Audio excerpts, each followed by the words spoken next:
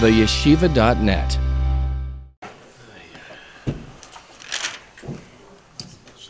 The Baal Shem Tov was born in the year Tov Nun Ches, Elul, Chai Elul Tov Nun Ches, which is 1698. He passed away Shvuas Tov Kuf Chaf, which is 1760. When the Baal Shem Tov passed away, he was succeeded by his student for a year by his son, Reb Tzvi, and then the next year, Shvuas Tov Kuf Chafal of 1761, his son Reb Tzvi, in the middle of the meal, publicly said that leadership went over to the Maggid of Mezrich, Reb Dov Ber, and the Maggid of Mezrich succeeded the Baal Shem Tov. This is the second generation of Chassidus, and he was really the one who consolidated the Shitta, developed it, crystallized it, and raised a generation of giants, of students who were giants. He passed away 12 years later. Yutas Kislev, Yat Kislev, Tovkov Lamed Gimel, 1772. And once the Maggid of Mezrich passed away, in a city in the Ukraine, a little city called Anapoli, where he's buried. Baal Shem Tov was in Mezhebush, also in the Ukraine, where he's buried. So now the students of the Maggid traveled to different places, and each one established, many of them established their own spiritual dynasty or empire.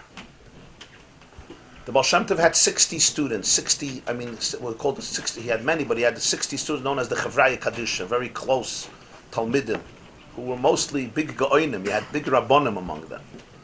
Told us Yaakov Yosef, Rabbi Yaakov Yosef of Polma, Rabbi Chaim HaKoyen Rappaport, the Maggid of Mezrich himself, Rabbi Michal Zlotchever, Rabbi Nachman, great minds, great hearts. The Maggid had in his Chavraya Kadisha double, 120.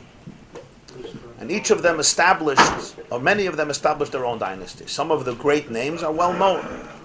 You'll have the Baditchev, Rebbe Levitzik of Baditchev, the Kedushas Levi. You have the Rebbe Melech of Lezhensk, Noam Elimelech. Baditchev remained in the Ukraine, and Noam Elimelech went to Poland to Lezhensk. You had the two brothers, Adar, the Baal Haflah. The Baal Haflah was the Rav of Frankfurt, Pinchas Halevi Horowitz, who wrote a sefer, Makna on Kedushin, very yeshivish sefer, Haflah on Ksuvis, Panam Yafis on Chumash. He had a brother of Shmelka of Niklisburg. You had, I said, Reb Nachum Chernobyl, that was the whole Chernobyl dynasty, also in the Ukraine. The Chayza of Lublin, Poland, the Kozhnitz Maggid, Poland, Reb Zusha of Anapoli, remained in the Ukraine. Reb Wolf of Zhitomir. I'm just giving some of the early great luminaries of the world of Chassidus. You had Reb Pinchas Koritzer, he was still from the Baal Shem Tov, and so forth. Reb Gershon Kittever was a brother-in-law of the Baal Shem Tov. Reb Gershon Kittever was a brother-in-law of the Baal Shem Tov. You had Reb Menachem Mendel of Horodok, was considered one of the oldest Talmidim of the Maggid. He's known also as Reb Mendel Vitebsker. He wrote a sefer called Pri Haaretz. Reb Nachum Chernobyl wrote a sefer called Moir Einayim. Yaakov Yosef wrote a sefer, told us Yaakov Yosef. These are the earliest works of Chassidus that emerged. Yoshe Divrei Emes, some others. When the Maggid passed away, Reb Mendel Horodoker, in the area of Belarus and Lithuania, which is up north and west from parts of Ukraine, Reb Mendel of Vitebsk became the Nasi over there, the leader over there, and the Balatanya was a chassid of his. He decided to make Aliyah to Eretz Yisrael. There was two huge Aliyahs then from Talmidei Hagra, students of the Vilna Gaon, and Talmidim of the Maggid of Mezrich. Talmidei Hagra went to Yerushalayim, Talmidim of the Maggid of Mezrich went to Tzfas and Tveria. The two great giants that went were Reb Avram of Kalis, who was a student of the Maggid, another student, and you had also Reb Mendel Horodoker, the Priya Aretz. The Balatanya wanted to go to Eretz Yisrael with them, and he went. This was Tovkuf Lamed Zayin, just a few years after the Maggid passed away, 1777. On the way, Reb Mendel Vitebsk told the Balatanya that there's no way he can go, because really he must take leadership position in Russia and Lithuania and Belarus. It was called White Russia where he lived. He came from a city called Lyozhna, which was in White Russia. Today it's called Belarus. Then it was called Vice Ruslan, Russia Levana, White Russia. Why White Russia? That's another debate, not for now. But so he went back. He went back, and that's when he really became. He started to assume a position of spiritual leadership in his city, in his town where he was born and he was raised, and where he came back to, which is a little town called Liozna. She could still go visit, although there's no trace of Jewish life, I think, besides a kever Achem, a grave of all the victims. The Germans destroyed all the communities in Belarus and Lithuania. The Einsatz groupers came from city to city and shot everybody, so you have mass graves there of Jews from the Holocaust. That's what's left in many of these cities. Liadi also, which was the second city where he moved from Liozna to Liadi. Until the Medla Haradaka didn't pass away, which was only 10 years later, Tovkuf Memches, 1787. Which day? The Medla Haradaka's yard site. The Mendel Vitebsker. Till he didn't pass away, the Balatanya was still much more quiet, much more introspective, silent. When the Mendel Haradaka passed away, which was his Rebbe, so then really his reputation emerged fully. It exploded very heavily. But it wasn't easy for him. Naturally, there was once a mice. I heard this mice from the Lubavitcher Rebbe once at a Fabrengen. But he was once sitting in his house. He was sitting by the window, and he saw many people walking down the street. So the Alter Rebbe, the Balatanya, said, "Was willen sie von mir? What do they want from me?" He knew that they were coming to hear Torah. His wife, he had a Rebbetzin, her name was Sterna, and she had a lot of Mesiris Nefesh because her father was a very wealthy Jew, and he took the Balatanya as a son-in-law because of his reputation. They wrote on him when he was 13, Rav Tana Opolig. They wrote on him in Liozna, in the Pinkas over there, Rav Tana Opolig. So he took him as a son-in-law. He couldn't get such a son-in-law. And then when he discovered that his son-in-law went to the Maggid of Mizrich, and he was from the opposite camp, he not only banned him and excommunicated him, he demanded from his wife to give a divorce to her husband, and she didn't. She fought her father. So it wasn't simple. It was a lot. She was a young woman, but she stayed at the side of her husband. So she understood at that moment the Alter Rebbe was having what we would call today an existential crisis, although I don't know if I would apply those words exactly, but he was having an inner turmoil when he saw them all coming. And he says, "Was willen sie von mir? What do they want from me?" And she realized that it's a fateful moment where she could, so to speak, turn it this way or that way, because there's moments in life when you really have to establish who you are.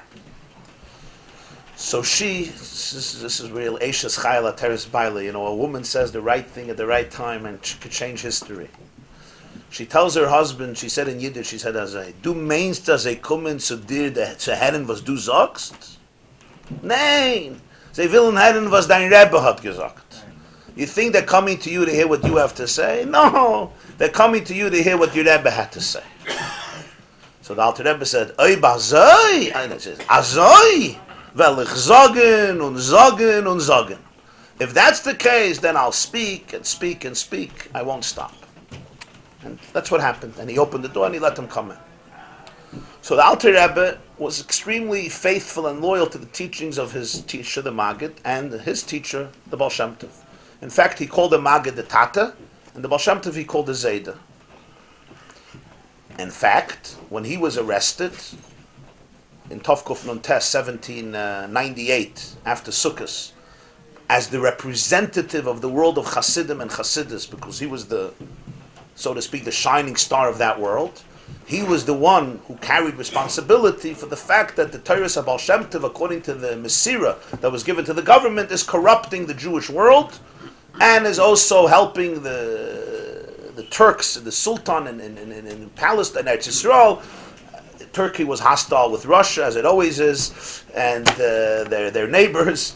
And the Alter Rebbe would send a lot of money to Eretz Yisrael for the Ani Eretz Yisrael, and this was a sign that he's helping the Turks to stage revolt against Russia and other Mesiris.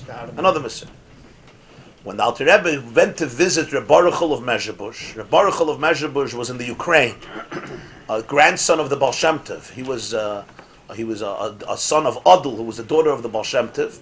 And Reb Baruchel of Mezhebush, as you'll see in a moment, had a very heavy argument with the Balatanya. The Balatan and the Baruch Hu said, "Ich bin ha'enikol, I'm a grandson." I was the one who was chosen to defend the Baal Shem Tov in prison very heavily. To the point that once the Alter Rebbe was said that they asked him in prison if he's a follower of the Baal Shem Tov. And he said, if I would have said no, they would have let me go. But ich hab sich nicht gewollt abreißen von der Baal Shem Tov, afilu lemaris ayin, afilu l'shah kala. But I couldn't get myself to detach from the Baal Shem Tov, even from their perspective, for just a few minutes. I wouldn't be sincere. I would just say no to get out of their clutches, but he says he couldn't do it. And yet, something very interesting happened. And that is, the kav of Chassidus, the way it was filtered through the Alter Rebbe's mind and pen, developed and assumed a very different nature or color than the world of Chassidus, the way it was filtered through the minds and pens of all of his friends and colleagues. Most of the Talmidei HaMaggid were completely in awe of him. The Rabbi YY Jacobson writes in a letter, and he says that I don't know what anybody says. I know that he was the beloved student of the Maggid, and Samach Yadav Alav. He was the man, when he had to write, felt there should be a Shulchan Aruch. He gave the Shulchan Aruch to one person to write. The Maggid is the one who told him to write a Shulchan Aruch. You don't give a Shulchan Aruch to write to Stam Talmid Chacham. Shulchan Aruch means your appreciation of Judaism is absolute. You have the bird's eye view of everything. A whole halacha. And you also, you have to know Nister also. And the Baditchever writes in a letter, and he says, I'll say it in Yiddish the way he wrote it, he says, Wir haben alle gegessen von ein Teller und der Litvak hat genommen the Smetana. Which means we all ate from one dish. But the Litvak, they called him the Litvak because he came from Lithuania, and that was his style. He was analytical. And the Litvaks were known as analytical people. It was different nature than the others. They called him the Litvak. So he says, the Litvak hat genommen the Smetana. The Litvak took the cream. La creme de la creme. That's what the Baditchever said. But there were a few students of the Maggid who had a very hard time. And they felt that the Balatanya was corrupting, and I'm using that word not lightly, but they felt that he was, let's say, compromising, maybe a better word, compromising and damaging the world of Chassidus. The two main opponents were the Baruch Hu of Mezhebush, who was a grandson of the Baal Shem Tov, and Rebbe Avram of Kalisk. Rebbe Avram Kalisk, who lived in Eretz Yisrael, who wrote very sharp letters against the shit of the Balatanya. What was the machlokes? What was the nature of the machlokes? What was the nature of the machlokes? It was a very, very deep machlokes. And this is one of the Maimarim where the Balatanya actually establishes to understand what his shit is and where it contrasts from the other shittas. I'll give you one example to be able to understand it, just in the words of Rebbe Avram Kalisker. He writes in the Balatanya, I saw the Sefer Atanya, I read it, and I didn't like it. Why not? It's Sefer HaSeichel, it's an intellectual book. And intellect will destroy Judaism. It's a Sefer HaSeichel, too much intellect. The Tanya is a very systematic book, it's a very analytical book. It's an encyclopedia. It's called the Torah Shebeksav of Chassidus. It's the science, what Chassidus came to teach in a very systematic way. Likkutei Torah are more Maimarim, set Shabbos and Yom Tov. It's a lot of sugyas. Tanya is very, very systematic, chapter to chapter, build up what a soul is, what the soul looks like. It's a developed shit of what Chassidus is. In fact, it's the only sefer of those generations that all the other Sfarim were discussions on the Parsha or the Yom Tov. Take Kedushas Levi.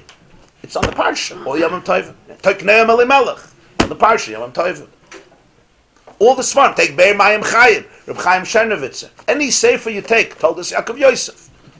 Priya Oretz, Moirei Naim, and then the later generations as well. You take Chidush Shorim, you take Sfas Emes, you take Mea Shiloach, you take Pri Tzadik. That's already later generations. It's all on Parshas and Yom Tov. Is there a sefer that discusses what's the shit of Chassidus? What does Chassidus have to teach in a systematic way? Not just a taich in the Parsha or a taich in Pesach or Shavuos or Sukkot. That was the Tanya. So Rabbi Avram Kalisker said, I don't like it, it's a Sefer HaSeichel. What's the problem? So this is what he says. Now listen to what he says. There's a pasuk in Emor. Bas koyen ki seichel liznois ba'esh tisarif. The daughter of a kohen, if she starts having adultery, she should be burnt in fire. So he says, a kohen, it says in Zohar, is chachma. A kohen is wisdom. Kohen is seichel, intellect. It's a remes for intellect. Bas kohen, you know what's the daughter of seichel? You know what the daughter of philosophy is? You know what the result of intellect is? Ki seichel liznois. Adultery. You start with the mind, and you end up in adultery. And you know what the solution is? Ba'esh tisaref. Fire, passion, emotion. Stop with the intellect. That's what he writes to the Baal Tanya. Stop with the intellect. This is a corruption of our Rebbe. You're not teaching our Rebbe's Torah, he says. Baal Tanya wrote back quite a sharp letter to him, very humble but very sharp. He says, how can you be so ungrateful for what I did for you? Rabbi Avram Kalisker was a fireball of inspiration, no question. He was a holy man. In the year Tovkov Lamed, 1770, he had a chabura. He had Talmidim, a few dozen Talmidim. They would go daven in the forest. Now, I want you to understand, you're going to laugh, but they would hang from trees. Like monkeys, they would jump. Why? They felt you have to get in touch with your primal emotion. And they felt that Judaism has to be uninhibited. And they didn't like the whole religious conformity of what shuls look like. They look like cemeteries or chicken markets or subway stations. They wanted uninhibited expressions. They would go to the forest, they would scream, they would dance, they would jump. They felt you can't be in any box. No boxes. Boxes are destructive. Now the Maggid of Mezrich did not like it. In fact, Chassidim had an expression, in Yiddish they said, Takal is kein Tolk nisht. Takal is Tovkov Lamed, Tolk means a system, Takal is kein Tolk nisht. It's not a way of living. And the Maggid banned Rebbe Avram Kalisker from his group. He said, this doesn't belong to our this, because the Chayrim of the Misnagdim, the first Chayrim, Tovkov Lamed Beis, that the Vilna Gaon signed, of course, what the Kalisker was doing was that these are not normal people, these are crazy people. But the Maggid felt it wasn't just for them. He felt that you can't, you have to break the system through the system. You don't reach infinity only through finiteness. You can't graduate that. You have to find infinity through finiteness. Especially the Baal Tanya felt this very strongly. You have to reach Nit Seder through Seder. So he banned Rebbe Avram Kalisker. He says, you're not welcome anymore. It's not part of it. And Baal Tanya says, and who is the one who defended you? And who is the one who brought you back? And who is the one who told our Rebbe that there should be a place for you? It was me. You know that. And now, a few decades later, how kofli toiva can you be and tell me, I'm not the student of my teacher. You're the student of the teacher. You know what happened in Tovkov Lamed. That's what he wrote back to Rebbe Avram Kalisker. Well, what was the nature of the debate? This was a debate between holy people. What was the nature of the debate? The nature of the debate has something to do with something very fundamental. Anybody who even has a basic reading of the Baal Shem Tov, even a basic reading of the Baal Shem Tov, there's a misconception that has become entrenched in the world of historians, and even among many Jews, and even among many religious Jews, and even among many Chassidim. If you'll go over to people who call themselves Chassidim, and I use that word, and you say, what did the Baal Shem Tov teach? What did the Baal Shem Tov teach? What did the Baal Shem Tov come to the world to teach? What is it exactly? Is it to wear streimel? Is it to wear white socks? Is it to wear a bekisha? What is it? What is the Baal Shem Tov's contribution to Judaism? Some will say Nishtak Chateres Baal Shem Tov. We don't know what it is. And some will say a lot of different things. Sadly, maybe 90% or less or a little more often will not tell you what the Baal Shem Tov taught. But if you'll read historians, they'll say this. They'll say, the Baal Shem Tov lived in a time where Jews were downtrodden. There were many simple Jews. The Vilna Gaon, the Lithuanian school of Lumdas, everything was learning. And somebody needed to feed simple people. Somebody needed to give hugs. Somebody needed to show a little love to broken, poor Jews milking cows all day and spending their life with sheep and goats. Not everybody was a scholarly, intellectual giant sitting in Beis Medrash in a klois in Vilna or Shklov or Pinsk or Minsk all day. So the Baal Shem Tov came and said, "B'chol derechecha de'eyu." You could know God even when you're milking the cow. Rachmana libe boy, he just wants a good to Yiddish heart. Say Amen Yesh Mirabba with Kavana, and even if you barely know Ivra, say Tehillim with all your heart, and you're still close to God, and God is close to every Jew. Now, like everything, there's a certain degree, there's a certain component, there's a certain kernel of truth there, but not more than a kernel. Not more than a kernel. Because it really comes from a misunderstanding of who the Baal Shem Tov was, and most importantly, that the closest students of the Baal Shem Tov were Go'inei Olam, they were geniuses. Take a person like the Maggid of Mizrich, take a person like the Toldos Yaakov Yosef, take a person like Reb Michal Zlotchever, take a person like, what? Reb Wolf Kitzes, Reb Chaim HaKoyen Rappaport, etc., the whole Chevrai Kaddish of the Baal Shem Tov. Take a person like the Balatanya. In other words, the students of him or the students of the Maggid. These were the Go'onim of the generation, literally. The Balaflo was considered mamish one of the Go'onei Adar. So they came to the Baal Shem Tov and to the Maggid to sit and say what? That when you're milking your cow, if you say, Tate in Himmel, help me!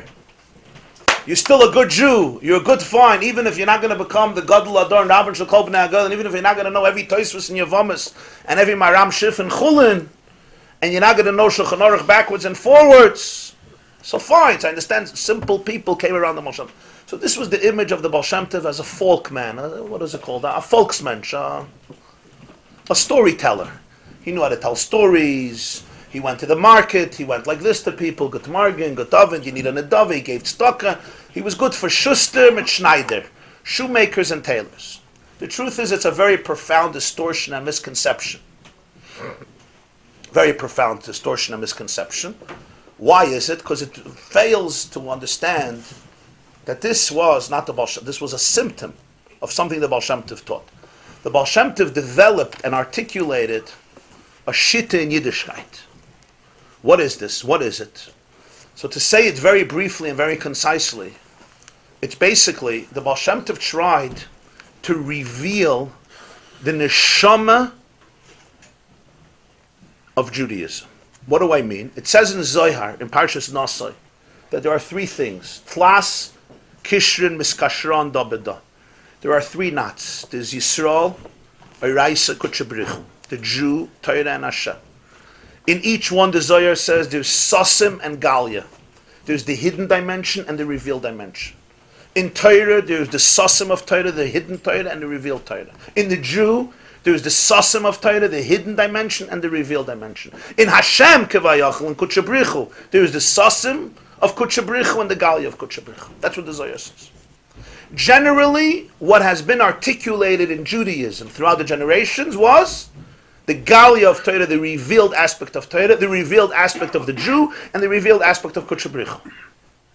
The Baal Shem Tov came to accentuate and explore and excavate and emphasize the sasim in each three of them. The internal dimension of Torah, the internal dimension of the Jew, the internal dimension of Kutchabrichu Kavayach. One classic example of this was, generally, if you look at Jewish literature from the beginning, throughout the generations, what is the relationship, the nature of the relationship between God and the Jew? And the nature of the relationship is, when you read Nigla, more or less, it's basically an employer hiring an employee. Of course, much more than that, but that's the basic idea. I hire you and I make a contract. If you live up to the contract, I reward you. If you don't live up to the contract, Hishamru lechem, you be careful. I'll fire you, and before I fire you, I'll penalize you. Now, in this case, it's not a regular employer-employee, because it's a creator in creation, so you basically have no choice. You can't resign because you got nowhere to go, unless you want to create your own world, which is fine. And a father and son. Huh? Yes, and a father and a son also. Huh? No, of course. So you have the element also of a father and a son, and you have Adin and Evet. But Torah mitzvahs is generally, so to speak, a contract that the Rebbeinu Shalom gives the Jew and says, here, you're obligated to this, there's a covenant here. I live up to the contract, you live up to the contract. That's a nigladika relationship, and a real relationship, an authentic relationship. A sasim relationship, which the Baal Shem Tov spoke about a lot. And when we say sasim, it doesn't mean it's new, it means it was always there. It was there in nigla. Sasim means it's nigla. You just have to, so to speak, accentuate it, reveal it. Speaks about the soul of a Jew being chelik elikam mimal, being completely one with Hashem. In fact, Torah and mitzvahs is seen as a natural expression of the Jewish soul. In its natural, it's organic to the soul. Torah and mitzvahs is basically the natural, organic system through which the soul expresses what it really is and its relationship with God. So reward and punishment, for example, assumes a much less significant role in the teachings of the Baal Shem Tov. Not that it doesn't exist, but reward and punishment becomes very, very important when the focus is on the contract, not on the relationship. Why should I do the contract? Because if not, I'm going to get punished. But if I understand that this is who I am, so the greatest reward I could give myself is to be true to who I am. And the greatest punishment is, as the Baal Shem Tov once said, schar mitzvah. Mitzvah means the greatest schar you can get for a mitzvah is the mitzvah. That's the greatest schar, more than all the schars you can get for the mitzvah. The Baal Shem Tov thus reveals and speaks about all three in terms of the soul. He wants to look for the sasim d'oraisa. What's the soul of Torah? You have a computer, and the computer displays a beautiful program, but every programmer knows there's a back end. And the back end is code language. It's digital codes. The layman looks at it and gets very, very confused. But that's where it's all happening. That's the inner vitality, the inner soul of what's displayed on the outside. So you have many mitzvahs, you have many halachas. But what's the sasim d'oraisa? What's the soul behind it? What's the consciousness behind it? It never contradicts the nigla. This is the back end, and this is what's displayed on the outside. Here the nuances deal with technicalities, and here you're dealing with the inner consciousness, the inner spiritual motif behind the mitzvah. So you have sasim d'oraisa, galya d'oraisa. You have sasim the Yisrael. You have a Jew on the outside is, I'm a regular person. I'm a person living in this world, and I need rules in order to behave. The sasim the Yisrael represents that every single Jew under all circumstances remains completely one with God to the point that nothing he or she can do can break that connection. In other words, the truth of the Jew is you're completely one with Hashem. That language became the language of the Baal Shem Tov. Again and again and again. The language was your most natural, deepest state is you're holy, you're sacred, you're wholesome, you're divine. Complete vekus. Absolute vekus.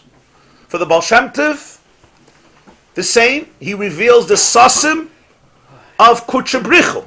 What's the sasim of Kutchabrichu? Sasim of Kutchabrichu means you have God as a creator of the world.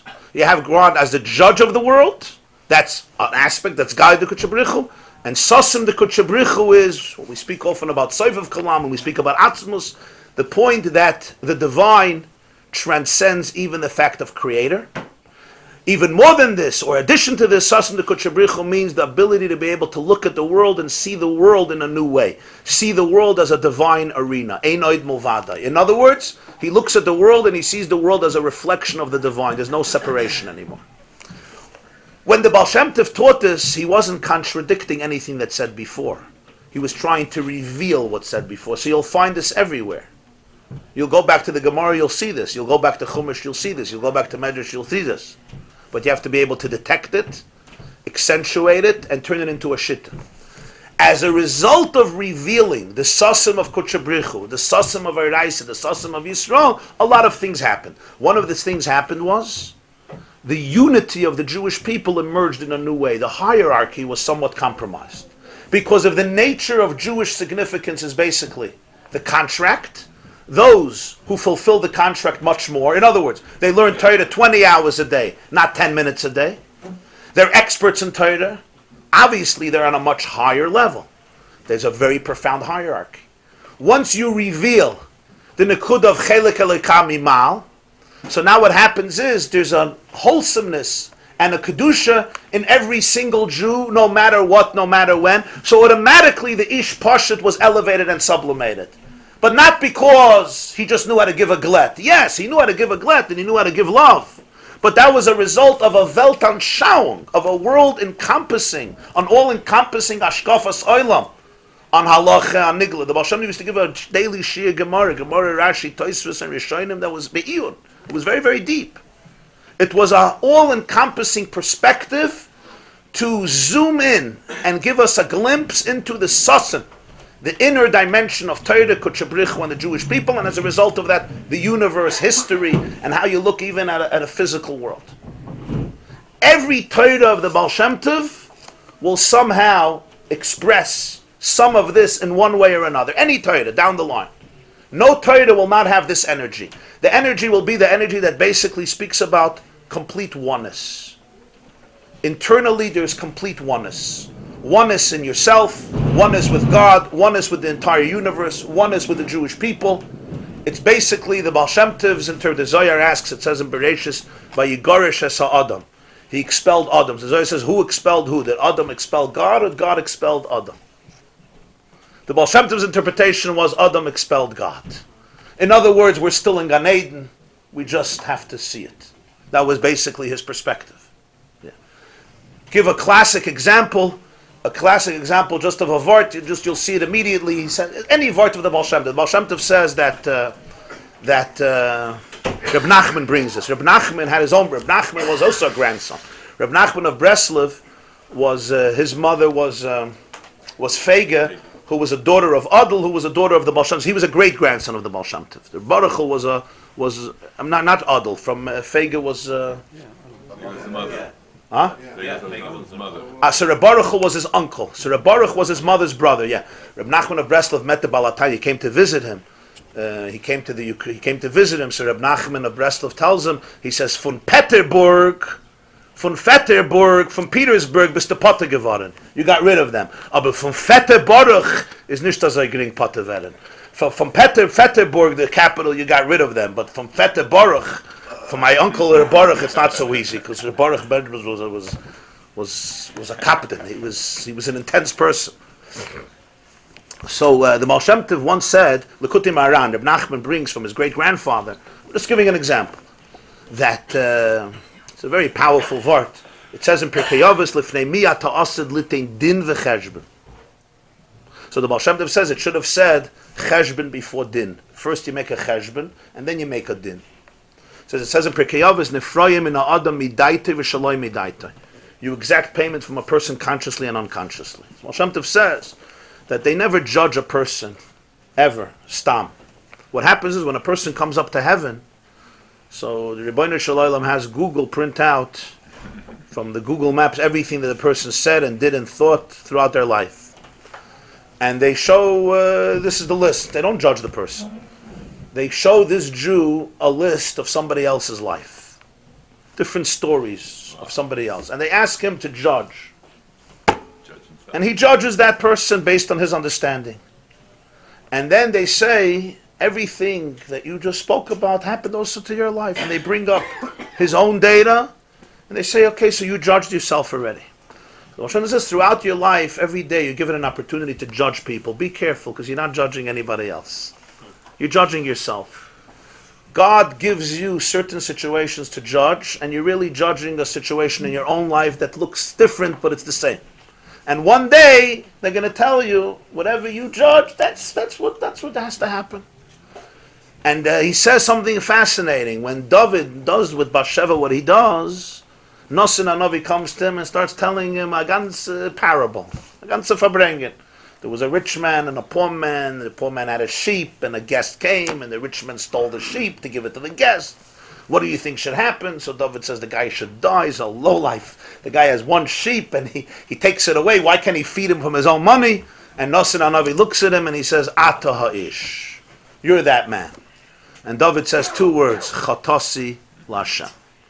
Why couldn't he just come over to David and said, a man Uriah, Adar Meyid, comes from Chittim, he has one maidel as Bathsheba, the only thing he has, you're a king, you have everything, and you have to chop her away. That's it. No. The answer is, David had to give his own judgment. He had to tell David another story. David said, Mois Yumas, and he said, Atahayish. That's pshat din v'cheshbon. First you make a din on somebody else, and then they make a cheshbon on you. That's pshat nefrayim and adam midaitoi v'shaloi midaitoi. You decide where you're going. Completely midaitoi, but you just don't know it's you. You think it's somebody else. As they say in English, you point a finger at somebody, you're pointing simultaneously 3 fingers at yourself. Take note. See? You point, and you're really pointing 3 fingers at yourself. That's a Torah from the Baal Shem Tov. Okay, it's a nice Torah about not judging people. It's a good Geschmack, Chassidus Torah. But what is he really saying? What is he really saying? What the Baal Shem Tov is really saying, this I heard from the Rebbe, what the Baal Shem Tov was really saying was something else. He was saying something very profound. He was saying, nobody, not even Bezdin Shalmaila, not even a billion, trillion, zillion, sectillion angels of heaven could send you anywhere. Nobody could send you anywhere. There's only one person who could send you anywhere, and that is yourself. Nobody. Kivayachal, even Kutshabrichu doesn't say, this guy is a Pashay Yisrael, okay, go burn. No, you're the only one who could send yourself there. The only one. Why would the Baal Shem Tov say this? Because once you reveal Sasim to Yisrael, you're not just an employee. You're not even just a child. You're not even just a good guy. Yisrael v'kutshabrichu kul echad, the Jewish soul is rooted in the very essence of Hashem. And therefore, ultimately, He's infinite and He's absolutely free. And because He's absolutely free, only He Himself can define His destiny. He must become the author of His own biography. Example. The Baal Shem Tov says, the Gemara says in Eruvin, Hai alma kebei luladamya. This world is like a wedding. Chatoy v'echol, chatoy fushti. Go grab the food, grab the drinks. What does it mean this world is like a wedding? What does it mean? So the Baal Shem Tov told us, Yakriv Yosef brings from the Baal Shem Tov. What does he bring? He says, look at a wedding. Usually people prepare for things and to do it. Some things need a lot of preparation, some things don't need a lot of preparation. A wedding needs a lot of preparation. People sometimes prepare for months. The time of the Gemara, they prepared a year for a wedding. Between Erusin and Nisuyin, there were 12 months. 12 months. You prepare for a wedding. Okay. So you're waiting now for the event. He says, but the uniqueness of a wedding is you prepare and prepare and prepare and prepare, and most people miss it. What do we mean they miss it? Baal Shem Tov says you come to the wedding, this one comes for the food, this one comes for the Viennese table, this one comes from the bar, this one comes for the music, this one comes for the dancing, this one is looking at the gown, this one is looking at the shtreimel, this one is looking at the band. He says, but there's one nekuda for what it's all coming for. The whole wedding is for one nekuda, and that is under the chuppah. He places a ring on her finger and he says, Harei at mikudeshes li. He says, that's the moment. That's the moment. It's very easy to be at the wedding, but you missed the core of the wedding. He says, Hai alma kebehi luladamya. This world is like a wedding. There's a lot going on, constantly. There's a Viennese table, there's a smorgasbord, there's an argument, there's even a smoking section. There's a music section, there's a chazan, there's a band, there's a flowers, there's the caterer, there's crisis, but everything is going on. There's the mechutin, there's the money, there's the caterer, there's the bounced checks. A lot going on at a wedding. There's the sister-in-laws who don't talk. A lot goes on. The shviger. But what's the nekuda of the wedding? Hay alma kebeilu. The Baal Shem Tov says this world is like a wedding. We live 80, 90, 100 years, and sometimes you just miss the whole point. And the point is one moment. Hareyat mekudeshes li. Dveikus, complete oneness with Hashem.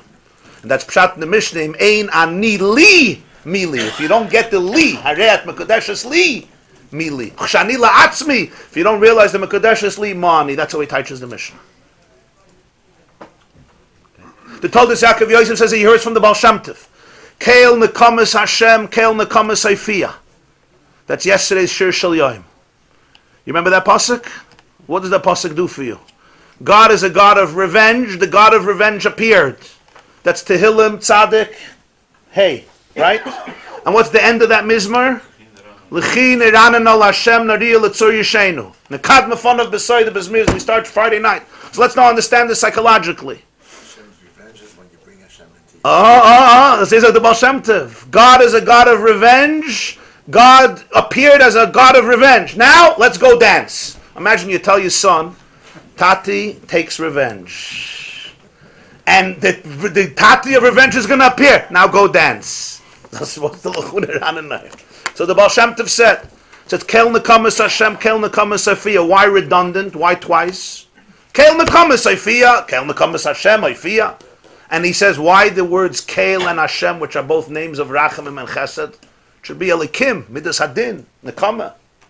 Zog the Baal Shem Tov, Kel Nekamas Hashem. God is a God of revenge. So you're going to ask a question. Why are you calling him Kel and Avaya if he's a God of revenge? So I'm going to explain to you. Kel Nekamas, you know how God takes revenge? Hoifiyah.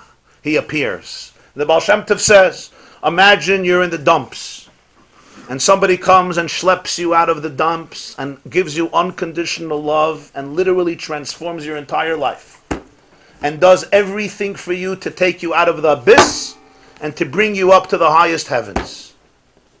But you don't know this because they don't tell you. You don't know this.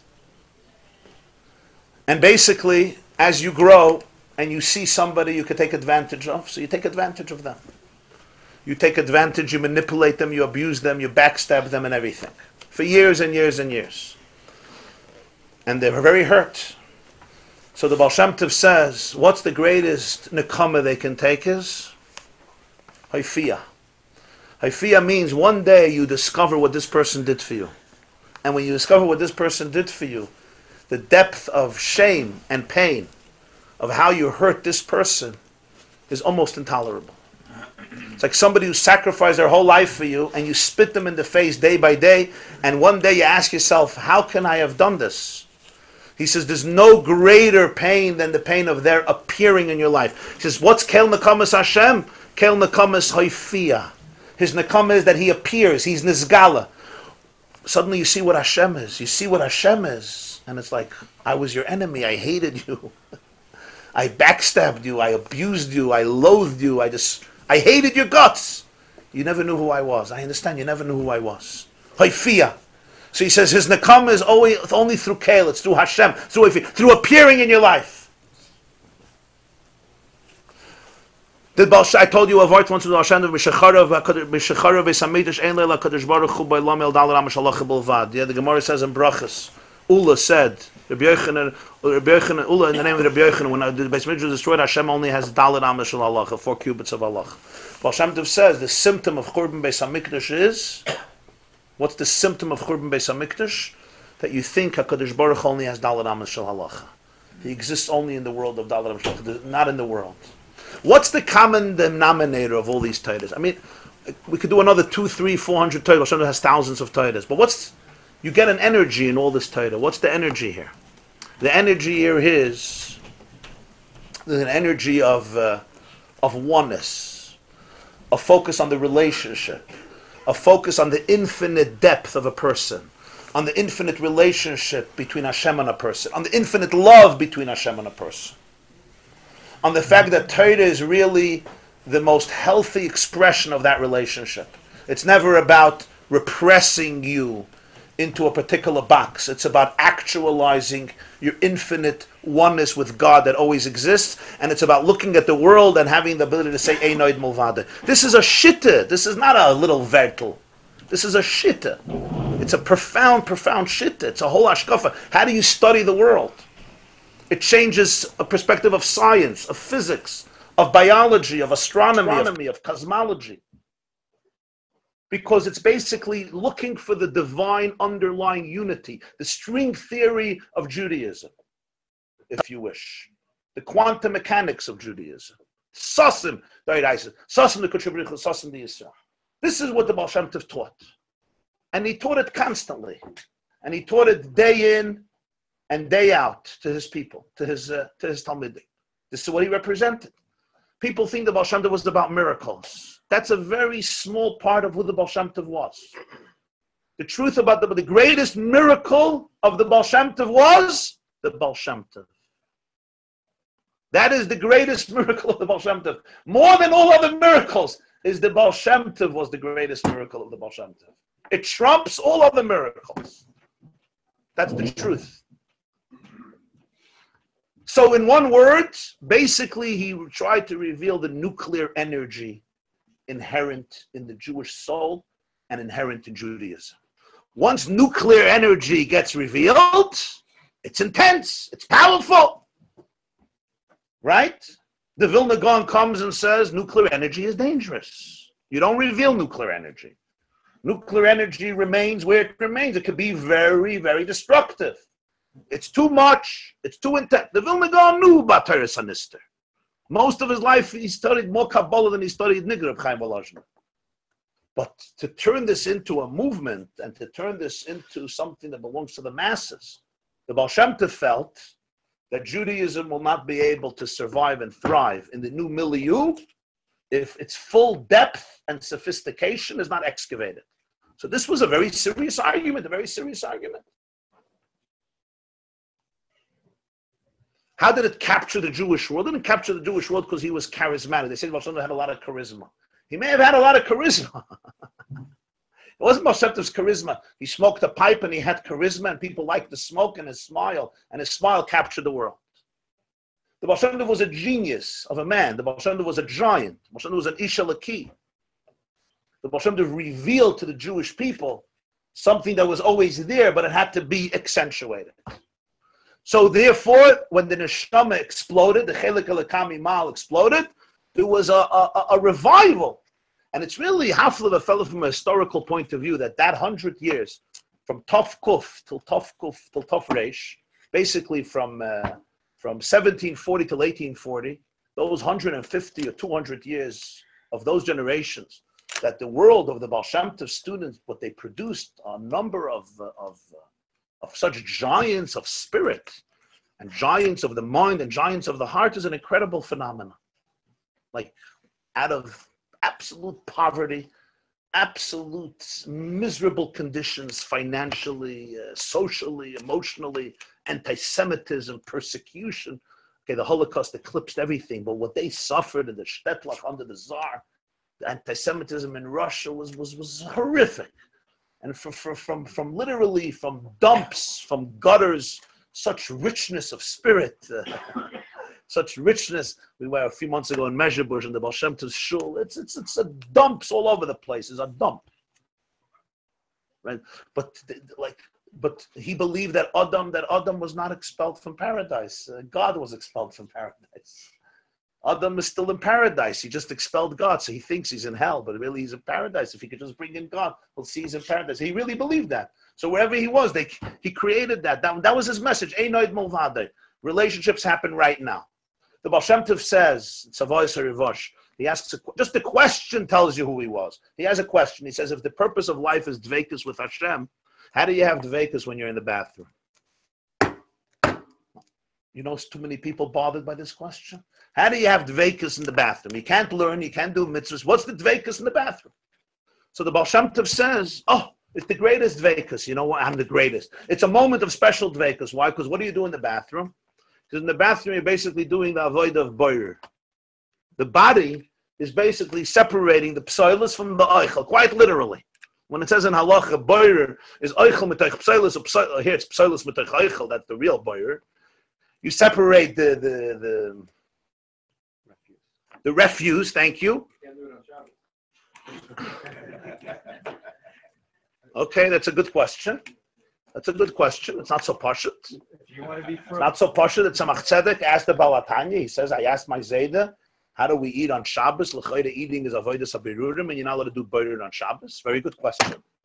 So the Baal Tanya said you have to understand what eating on Shabbos means. It's a different type of eating.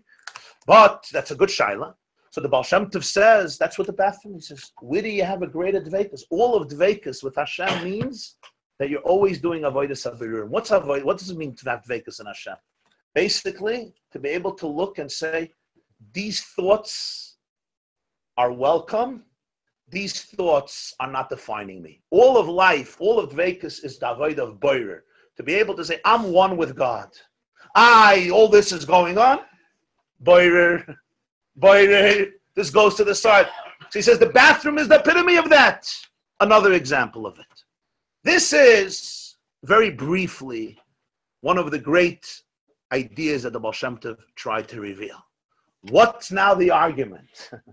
What's now the argument? In the second and third generation, an argument develops what is the legacy of this tradition? What should be its legacy? How should it be bequeathed? How should it be taught? How should it be internalized? That becomes a fascinating question. And all the students of the Maggid give their own answers based on their own experience, their own capacity. And the Baal HaTanya gives his own answer. And few hundred years later, you know, two lines, when they begin, they begin very close to each other. And then they just curve away a little bit. They drift away, right? But when you continue that drift, down the line, you see some very significant differences. So very often, two things seem very, very close to each other. With hindsight of time, you could see some dramatic developments. This is one of those examples, as we shall explore Be'ezer Hashem.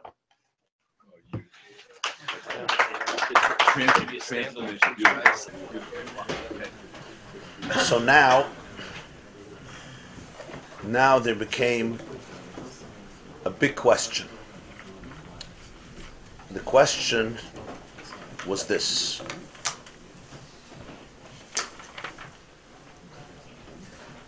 The Baal Shem Tov, as we saw, taught that every single Jew has a soul, which is a chelik elokami mal, which is part of the divine, and that is his true or her true core and true essence. And if when that neshama emerges, the Jew naturally believes, has emunah. The Jew naturally is inspired. The Jew naturally is happy. And the Jew naturally is connected to Hashem, as it is in a wholesome, optimistic space of elevation and confidence. Because he taught emunah is not something that has to be acquired, but rather this state of emunah that we're addressing is the experience that every soul has. It's already in a relationship with Hashem. It experiences Hashem's presence. So once this dimension of the Jew can emerge, there is already a very powerful, warm, inspiring, fiery relationship.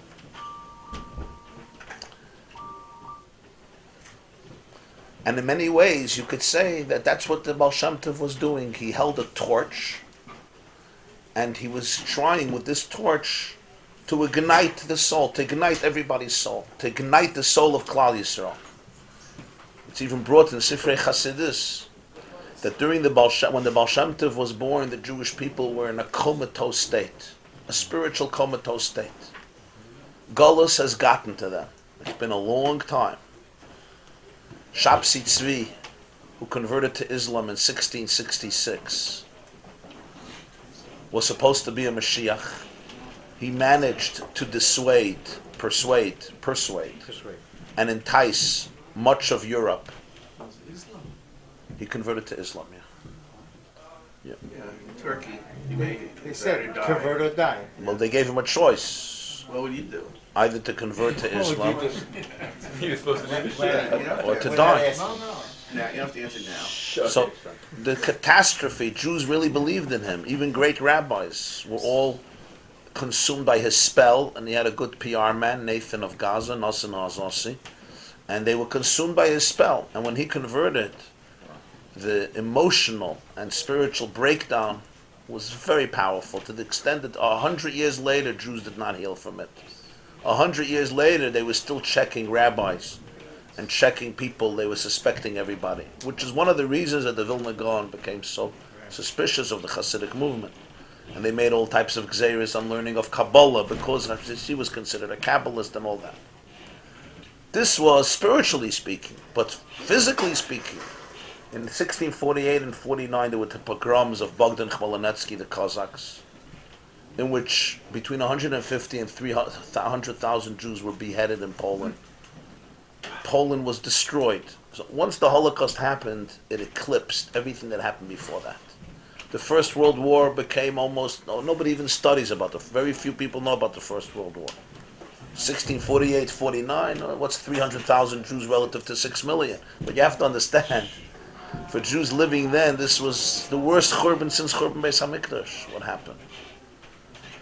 First of all, the pain, the anguish, the loss of life, and the methodology that the Cossacks used. I'm not going to get in here, I'm into graphic detail. It was horrific.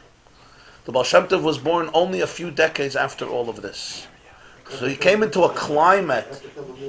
Khmelnytsky was Tachtat, 1648, 1649. Mona was born 1698. But the trauma was very present.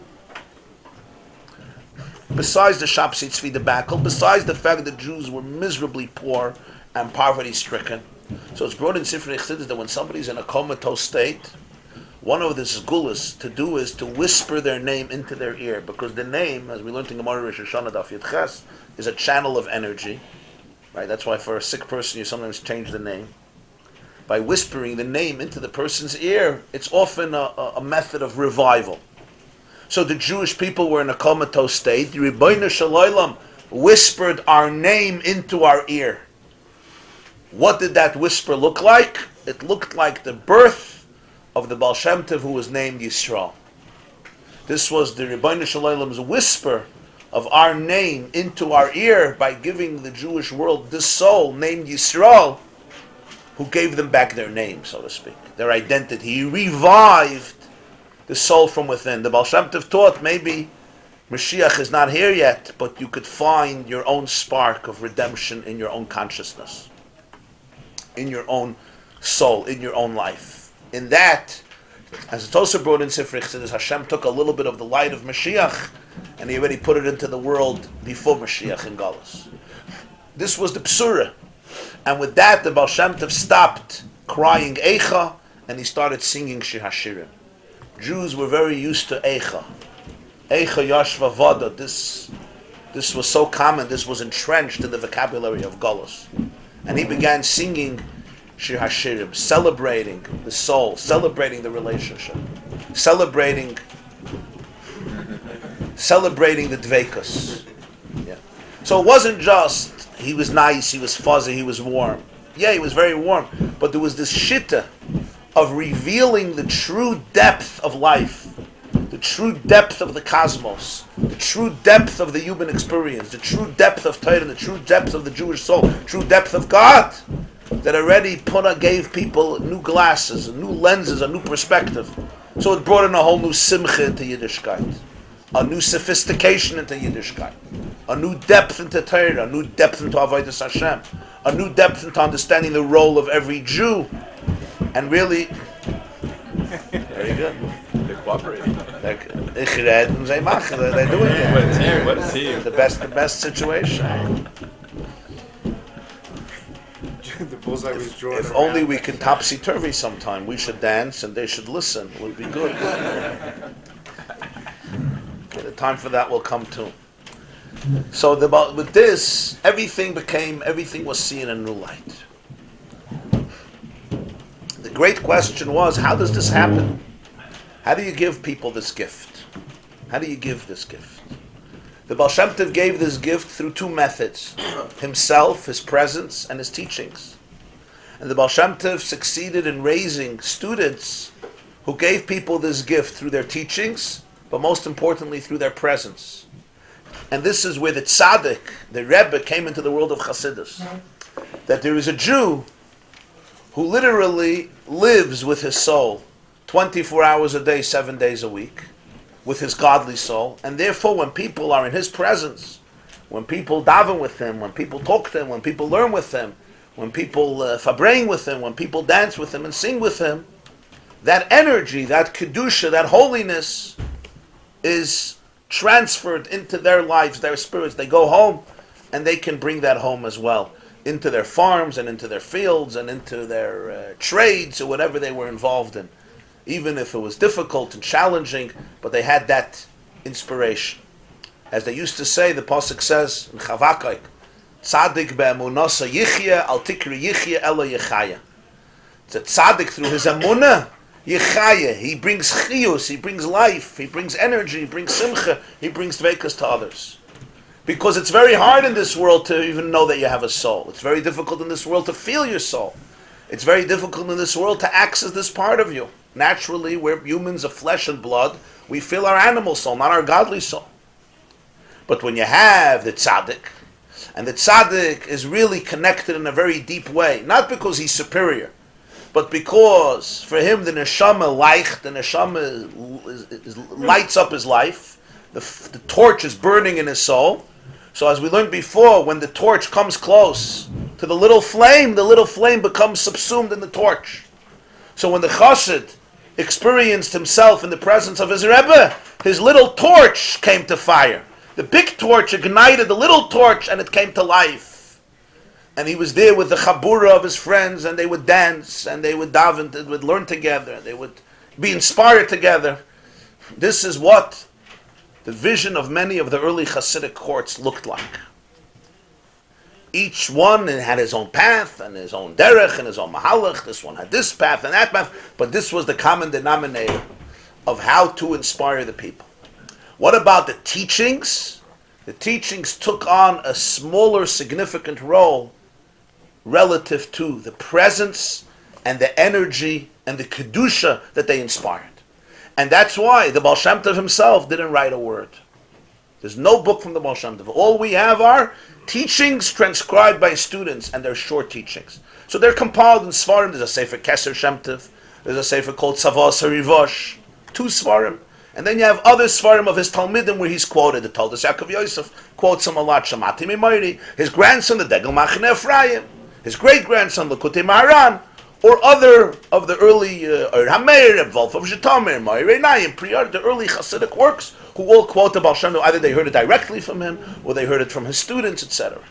And it's valuable resources because we have nothing written from the Baal Shem Tov. The Maggid also, we have nothing written.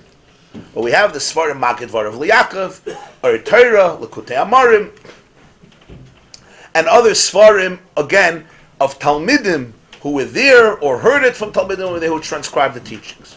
And all of the great Hasidic masters throughout the generations, how many books do they each have? 1, maybe 2. And when you open it, you'll see little vertlach, 4 lines, 10 lines, 20 lines.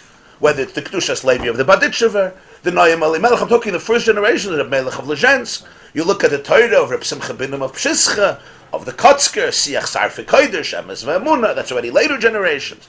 You look at the Torah of Reb Nochem Chernobyler, the Pri Haaretz, the Ma'irei Nayim, the Priyaritz of Mendel Haradoker. Okay, sometimes you have a page, sometimes you have 2 pages, sometimes you have a paragraph. Even Svarim that are longer, like Be'er Mayim Chaim of Reb Chaim Chernovitz, the Sidur Shel Shabbos. Yeah. Later generations, you'll have the Chidush Harim, Sfas Emes, paragraphs, and you could see this is what the Tish or the table on Shabbos looked like. What was the power? The power was the Tzaddik himself. His charisma, his kedusha, his holiness, his energy, his avos haboyre, his avos yisrael, it shone through, and people were uplifted because it triggered within them their own nefesh halakis. And when they came home, it was a very transformative experience. And that's why there was such a focus on chabura, on gedolah legimur shemekareves, on the union, on the love, on the camaraderie. Generally, when you don't take yourself so seriously, you can take other people seriously. And generally, when the neshama comes out, it's not an ego game anymore. It's not about, I'm going to be the greatest person. It's about you sense the elikus in life, the godliness in life. You sense the dveikus in yourself and in other Jews and other people. So there's a certain lightness, a certain simcha. Ego generally obstructs joy because you become very uptight. Extremely uptight, you take yourself very serious, you become egocentric, and you have this attitude of holier than thou. But early Chassidus almost abolished that completely. And it was successful to a significant degree by many, many people. You can have sometimes great people and small people, they were pushing together. There was a certain bittul, a certain camaraderie that was very unique.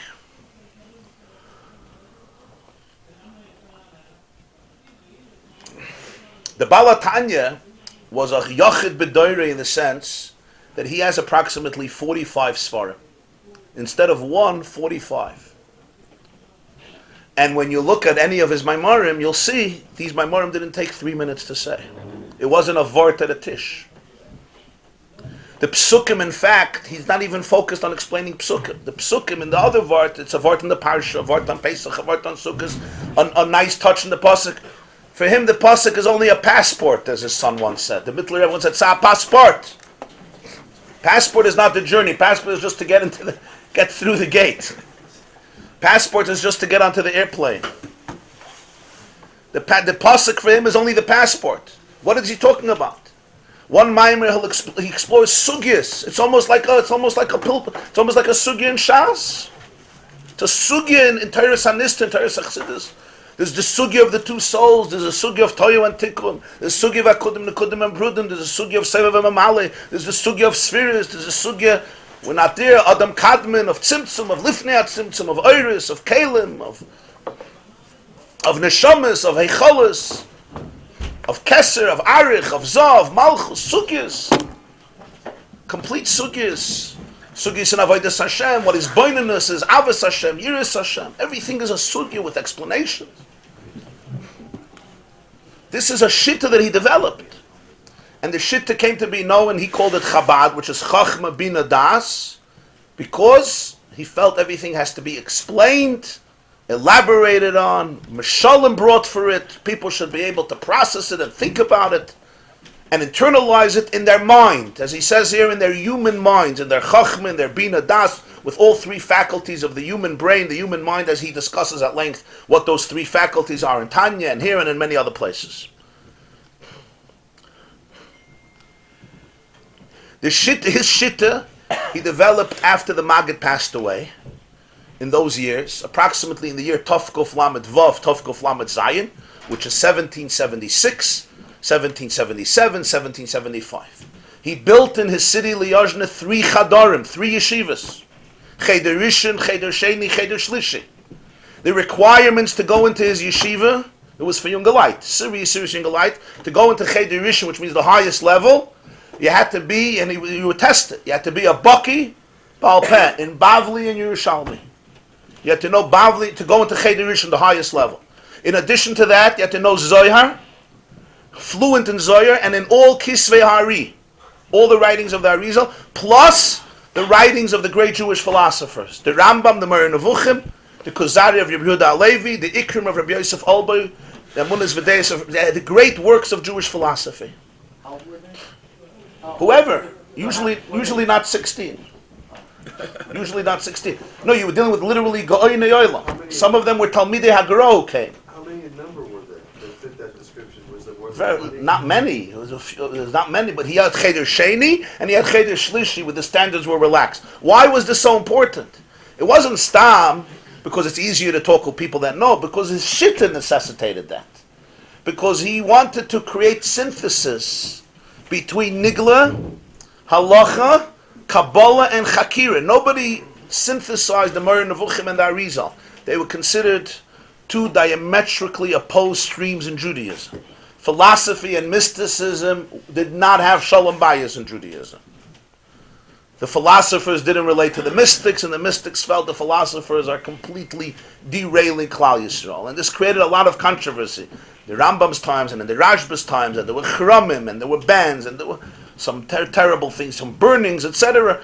But this was, he felt that to really appreciate Shittas Baal Shem Tov, it has to be after a full understanding of all the streams that existed in Yahadus Hashkafa. Cheder Sheni and Shlishi, the standards were also quite heavy. But these were people that he seriously taught. He started to say Maimorim to, he would teach them. And they grew, as the years progressed, they grew. So right away when you see his Svarim, any Sefer, there's around 45 Svarim. The whole style of his Maimorim doesn't exist by any of his colleagues, any of his friends. What was the issue there? What was the issue? So there is a story that really captures, I think, the story captures this message. And that is, he had a colleague, a student of the Maggid, who was also a very big tzaddik. His name was Reb Chaim Chaikel, of a city called Amdur, A-M-D-U-R, Amdur, Aleph Mem Dalet Vav Reish. It's also a city in the Ukraine, Amdur. Was a big tzaddik. He also became a Rebbe, like he had many of his other colleagues. Reb Chaim Chaikel of Amdur, they called him Reb Chaikel Amdurer. Amdur was the city, Amdur, like they used to call Amdurer, Barditchever. City of Barditchev is Barditchever. It's called Amdurer. the Baal Tanya had a chassid who was a neighbor and a friend of a chassid of Reb Chaim of Amdur. And once this chassid came to the Baal Tanya, he went in what was called Chassidus on a private audience. And he started to complain about something. He said he davens together in shul with his friend, Reb Chaikol's chassid. And he sees that the styles are completely different. He says his friend runs into shul and he's already on fire. He's a flam fire, he's on fire. He starts davening right away. There's a fire, there's burning, there's passion. And he davens as loud with such dveikus. He's on fire to God every day. He says, he's Reb Chaikol's chassid. I'm yours. He says, I don't have it. I come and I have no fire. All I feel is I have an animal soul, a very big animal soul. So you taught us that we have to do his boinus. So I start thinking. In the meantime, the minyan starts. I missed the minyan already because I'm trying to get inspired. Until Epis of fire lights up, it takes such a long time. This was his taina. Lama nigara. And it was really not just, this was like almost a very deep accusation, like maybe you're teaching us something that is not what should be taught to us. Maybe something else should be taught to us. So the Baal Tanya went into a dveikus. He went in, so to speak, to a trance for a few minutes. He would speak with a niggin. Even in the middle of the day, he had a melody. He would answer with a niggin. Same melody all the time? It was a consistent melody, a niggin, yeah. So when he came out of this dveikus, a few minutes later, he had his hand on his forehead for a few minutes, and he, so to speak, came out of it. So this chassid was telling the Baal Tanya how his friend, Reb Chaikol's chassid, brennt. He's burning, he's on fire. So the story, the way it was told over, the way it's communicated is, that the way this chassid said it over is, the Baal Tanya said, brennt. Chaikol brennt in em. Und mir willen, as me soll allein brennen. He's burning. Chaikol, he called him Chaikol, he was a friend. Chaikol is burning in him. And we want that you should burn on your own. That was the end of the conversation. Essentially, this Maimer is an explanation for this story. The Baal Tanya felt, and he argued with many of his colleagues, that they're making a mistake. But I shouldn't use the word they're making a mistake. It's really not so. It's really much more subtle, much more sophisticated. Not they're making a mistake. He said that they're capturing only part of the picture, not the full story. Why? Because the Baal Tanya felt which part of the chassid is being triggered in the presence of the Baal Shem Tov, or in the presence of the big tzaddik. Which part is being triggered? That's called isarusa de la'ela. Isarusa de la'ela happens in different situations. It happens in an eis rotzen, especially when you're in a presence of kedusha. That's the isarusa de la'ela. So what happens? Your chelik elikam mimal is on fire because the big torch, the big bonfire, ignites the little torch, and the little torch comes to life, and everything is clear. There's no doubts, there's no questions, there's no dilemmas. You feel deeply emotionally satisfied and deeply emotionally connected. The Torahs that they said, it was just, if you see any Torah in Kedushas Levi, Noam Elimelech, these are, they threw bombshells, basically. They were grenades, spiritual grenades. You'll see all the Torahs have a common denominator. They speak about the beauty of a soul, the greatness of a Jew, the infinite love of Hashem to every Jew, yeah? The power of a mitzvah, the sacredness of Torah, the sacredness of the world, if you could see what the truth of the world is.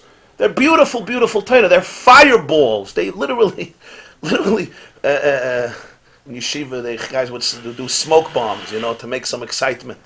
So they ignited the fire in the soul. The soul doesn't need much. The soul doesn't need much.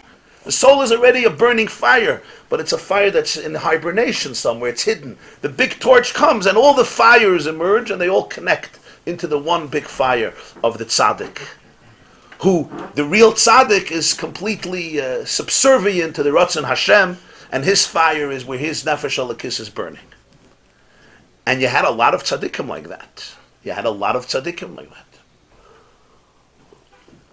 The Alter Rebbe had a colleague, Reb Shlomo Karliner. Reb Shlomo Karliner was a big tzaddik. He was killed al Kiddush Hashem. He was a student of Reb Aaron Karliner, whom we spoke about, the story with Loy Mei Chachma Sha'al Talzeh, who was older than the Alter Rebbe. And Reb Aaron Karliner was, it's called Reb Aaron HaGadol. Reb Aaron HaGadol. Nicht the Beis Aaron, the original Reb Aaron Karliner. So, Reb Shlomo Karliner was a colleague of the Baal Tanya. He was a Talmud of Reb Aaron. He took over Reb Aaron, but he also had different. There was differences of opinion about this. So the Alter Rebbe had a chassid. His name was Binyamin Kletzker. He was a great mind. So he was once by Reb Shlomo Karliner, and Reb Shlomo Karliner asked him if he wants to become his follower, his protege, and he promised him big things.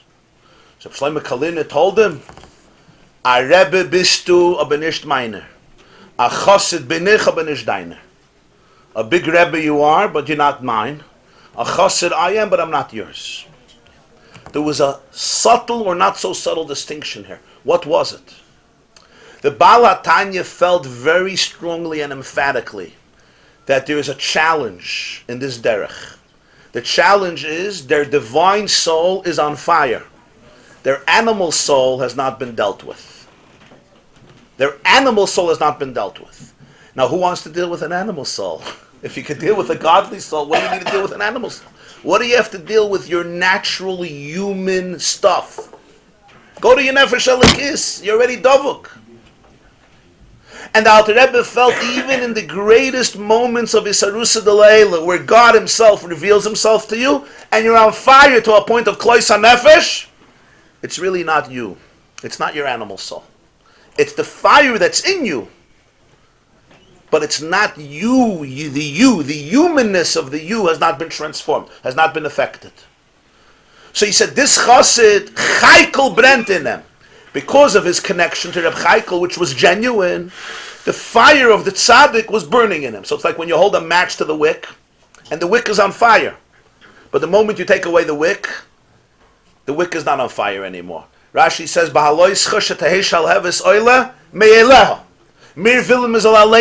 you should burn on your own even without a match. The challenge is, how do you burn on your own? So if you want to make a bonfire, and you know how they do it in camp, you pour kerosene, the fire is going to be huge. You put in some newspapers, the fire will be huge. You put in 9 tissue boxes, the fire will be huge. You put in twigs, the fire will be huge. The problem is, after 10 minutes, you're stuck in fire. So you could pour kerosene all night. Great. What if you want it should burn on its own? You have to get the log on fire. But to get the log on fire, the log is wet. The log is thick. The log is resistant. The log is brute. The log lost sich nicht. So now you have to work with the log. Who likes working with logs? You have to dry it and splinter it and deal with it and organize it and work once and twice and 3 times and maybe after 20 times the fire chaps on the log. But once the log is on fire, it's a different fire. Now the fire is generating from within the bonfire, the mechanism of the bonfire itself. You don't need an external higher source of kerosene or gas in order to ignite the flames. But that you have to penetrate the log, and it's not easy to penetrate the log. He's not so conducive to the fire, especially if he's a tough log, meaning he's not so dry. He has his own yichus. It's not so simple. So the Baal Tanya tells this Jew, Mir Willem is al allein brennen, sollst allein brennen. You have to burn on your own. I don't want to burn in you. I want you should burn. In many ways, a certain detachment here, but a detachment that comes from the belief that ultimately you could be empowered. You could build your own relationship. You have to find the light of God within your own identity and make sure that it permeates your animal soul. For this, he felt there's only one way. You have to have daily conversations with your animal soul. Now, the animal soul is not a mystic. And the animal soul is not in a trance. The animal soul is life. It's life. Pass the orange juice. Pass the orange juice. The animal soul is sophisticated, maybe very, very intelligent and brilliant. Some human animal souls are brilliant. can create large gymnasiums, tremendous architectural feats, delve deeply into science or physics, become masters of math or other forms of discipline, develop beautiful music, and achieve so many other goals, whether in commerce or art or wisdom, etc. But essentially, it belongs to the world of the zoological species because it's focused on self-preservation, self-enhancement, self-gratification, self-survival, propagation of its species, and doing what it does as animals do to enhance its environment for the sake of itself and its family and its young, etc. It's not bad, it's just an animal. It's a nefesh habahamis. It's not aware of the transcendent, the divine. You can't expect that. As he once said, a behemoth came on the himmel. A behemoth never saw heaven. We don't think of that. The behemoth never saw heaven, literally never saw heaven. Experientially, existentially, some people never saw heaven, they don't see it. Physically, they may look up and see the Milky Way, but the behemoth came on the himmel and never sees. And that's why he felt that the whole Torah Chassidus has to be constantly explained. Because the Nefesh HaBahamis understands the language of Seichel Enushi. Seichel Enushi means, explain to me what godliness is. Explain to me what the world is. Explain to me what a soul is. Explain to me purpose. Explain to me the dynamics of existence. Explain to me the complexities of the human soul. Explain to me what's happening inside of me. Explain to me everything what Yiddishkeit is. Explain to me what God wants with creation.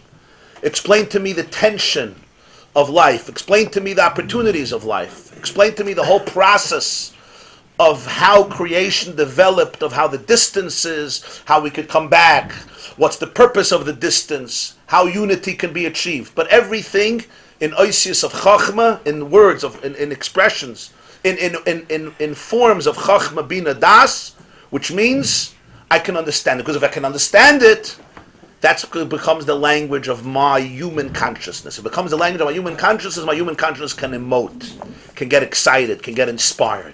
What happens then is, I could be on fire within myself. By definition, whenever you do this, this is where we come back to the Avram Kalisker, who says, Ba'esh tisarev. You're compromising the fire. When you speak to a soul, you could speak a different language. We know each other already. When you speak to the animal soul, you have to completely enclose your message in language and verbiage that's relatable to him. Does it not compromise the passion? Does it not compromise the intensity? Does it not compromise the dveikus? Does it not compromise the ecstasy that the Chassidim HaRishonim all experienced and felt? And the Alter Rebbe said, it's not going to compromise the ecstasy, it's going to sustain the ecstasy. If you want it to be sustainable in your life, you need to internalize it. And if you don't understand the full language and the full picture of humanity and of all of the worlds, it'll never be able to become internalized. It's going to remain what he would call makif. Makif means it's like an energy that's overwhelming and powerful because it speaks to the makif in you, but not to the pnimi in you, meaning you didn't really take it into your vessels, to your containers, to your human vocabulary. And for this he spent hours and hours teaching and explaining, as you could see in many of the Maimarim, the whole way he wrote Tanya. The whole thing is based on this shitta, Chachma bin Adas. From this came another major issue, and that is what he felt was, which is dependent on, which is all connected to the first idea was, what's the problem with number one? So your nefesh habahamis is not inspired. What's the practical ramification? You come back to your tzaddik, and your soul is on fire again. Your soul is on fire. But he felt that's tzaddik be'emunasa yichaya. It has to be tzaddik be'emunasa yichya. In other words, not to be dependent only on somebody else's fire and somebody else's inspiration, but to be able to permeate, to be able to penetrate, because he felt the kavanah of the world was ultimately the totality of the universe and the totality of humanity. That the nefesh habahamis, deep down, wants to place its mouth on the nefesh halakis and declare together Yizgadol v'Yizkadosh Shmei Rabbah. Not just overwhelm the animal soul, but there was really something even deeper. And that is where are you really in the picture? Practically speaking. Let's say, I wouldn't call it codependence. We like the word we love the word codependence. I wouldn't use the word codependence. I would use the word dependence. Reliance, support system, which is good. Everybody needs support. But the question is how deep, how profound, how much is that the issue? What's going to be in a generation where you may not have these tzaddikim? You're not going to have Talmidei Baal Shem Tov. It's not going to be easy to find somebody like the Rebbe Melech of Lezhensk, or Reb Shlomo Kaliner, or Reb Levi Yitzchak of Berditchev. You may have nice, fine Jews, but you're not going to have that. What will remain the legacy of the teachings of the Baal Shem Tov? What will remain? If it depends on that holy energy that these tzaddikim give the people who come to them, that's the main issue. And the Torah is just, a little shock treatment to wake you up from your slumber. What will remain? What will remain are only stories. You'll tell stories that used to happen by this and this person. What will remain will be rituals. External rituals. People will come, they'll eat together, they'll drink together, they'll maybe make bleachers.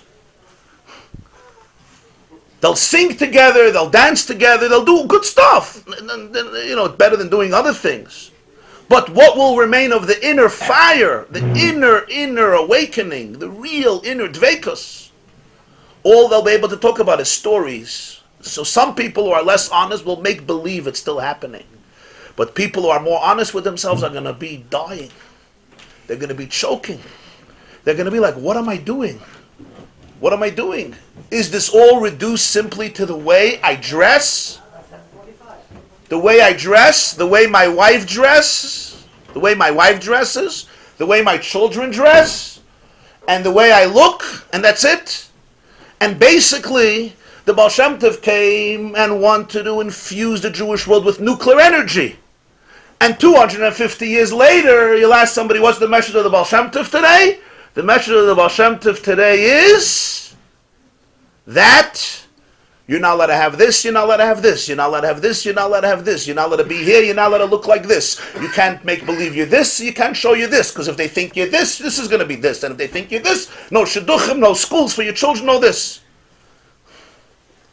Really? What happened to his whole... Exactly what the Baal Shem Tov tried to accomplish was take religion out of the world of conformity, of social externalities, of social pressure, of all me looking good for you and you looking good for me, so we can both look good for my mother-in-law, so I can get the best shidduch for my kids. Taking religion and liberating it from its external falsehood, hypocrisy, smugness, stupidity, and superficiality, in the name of the Baal Shem Tov, that became enforced 1,000 times even more, to protect the shitta. What am I trying to protect? What are you trying to protect? People are looking for God. They're not looking for white socks. I have nothing against white socks. I like white socks. I also wear white socks. I need white socks for my feet. I have fungus. I mean the concept. I mean the concept. Right? This the Alter Rebbe understood very, very well. And therefore he tained, if Chassidus is not going to become a conversation that becomes individualistic and personalized through the understanding of what it is, its legacy will remain a shell, a picture. That's what will remain. All the features will be there, but like a corpse. Literally like a corpse. You see a corpse, everything is there. The guy may be sleeping, but he's dead. There's nothing there. So non-serious people will go along because that's what we do. Serious people, introspective people, spiritual people will choke and become either deeply disillusioned and run away very far, or remain there very repressed, or whatever. You'll finish the third sentence.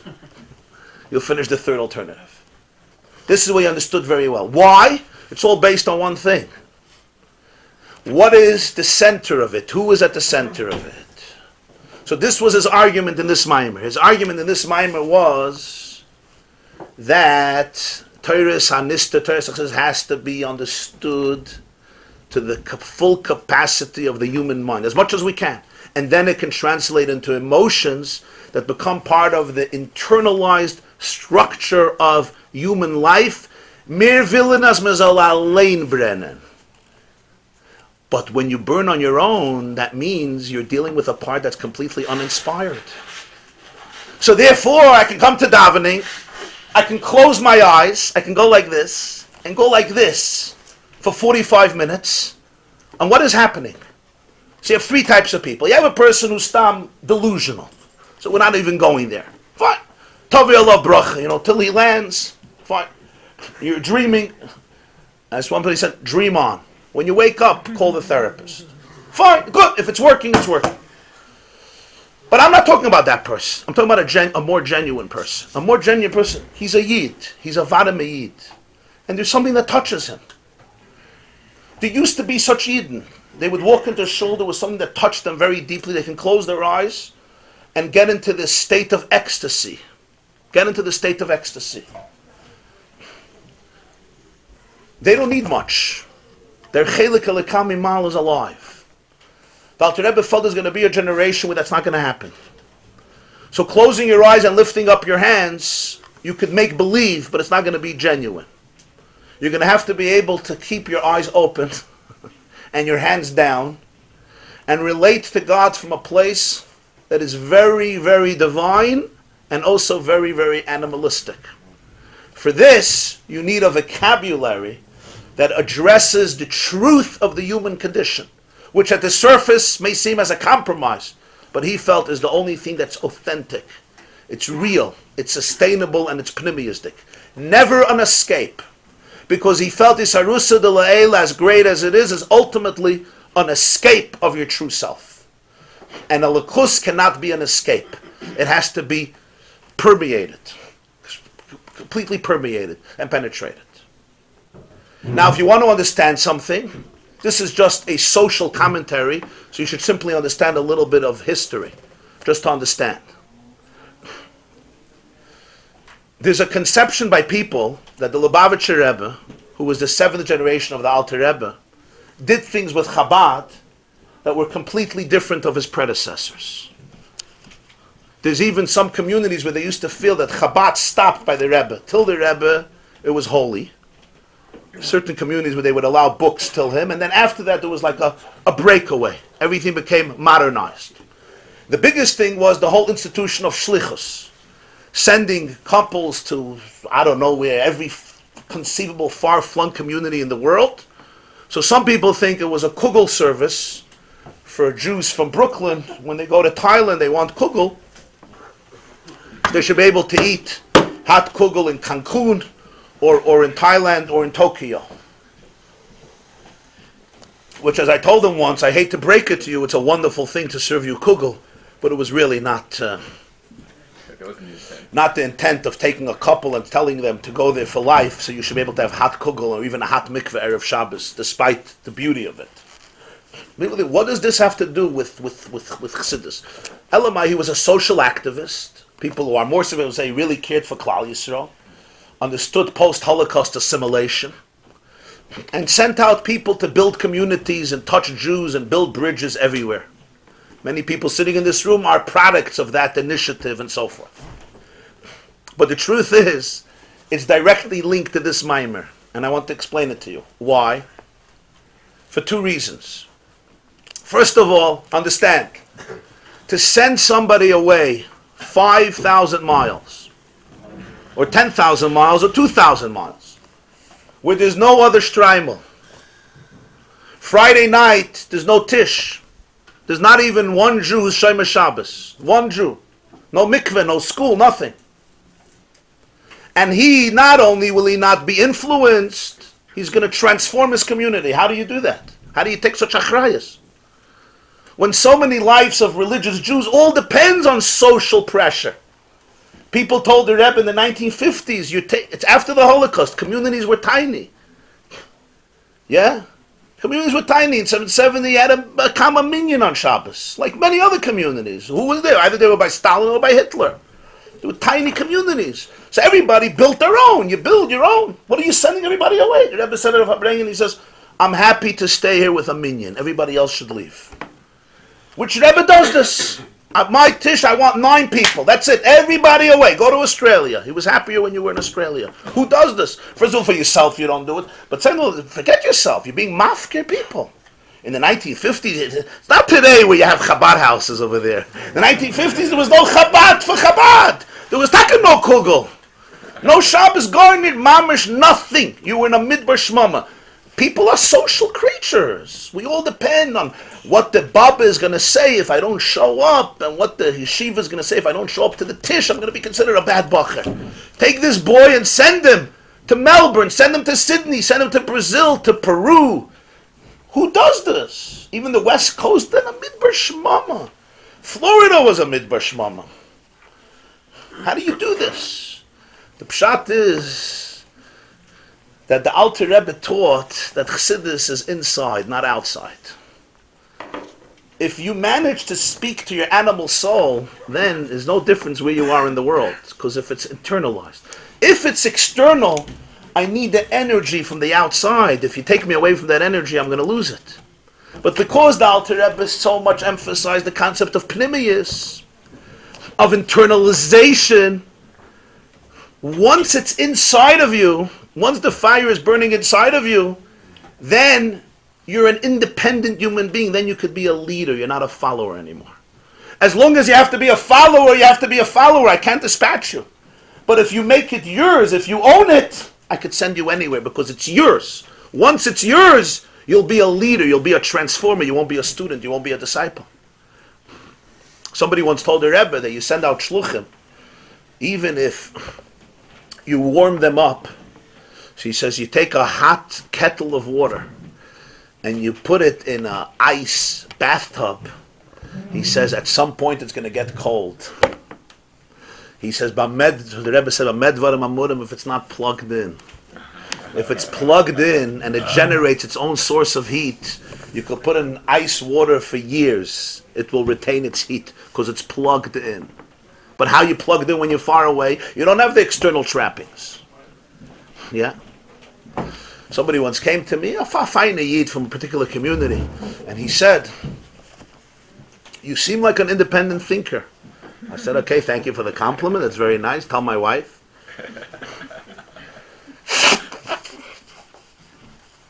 So he says, but how is it? You grew up in Chabad. Chabad's like a cult. Nobody thinks they're on their own.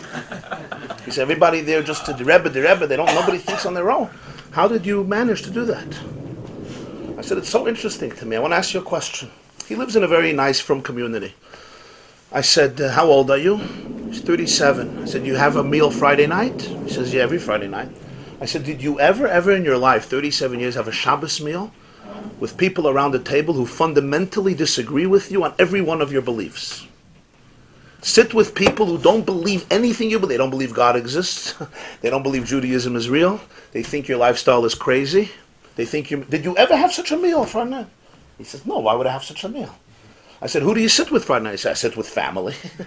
I sit with my family. I sit with some friends sometimes, our uncle and aunt, some guests and this. But so you never ever had a meal on Shabbos with anybody who disagrees with you. Interesting, right? Now I want to tell you something. There's around 5 or maybe 8 or 9,000 Chabadniks that every single Friday night sit at a table with 5 people, 10 people, 100 people or 200 people that almost everyone disagrees with them about most basic things. And they have conversations with them for decades after decades after decades. And every Shabbos it's new people like that.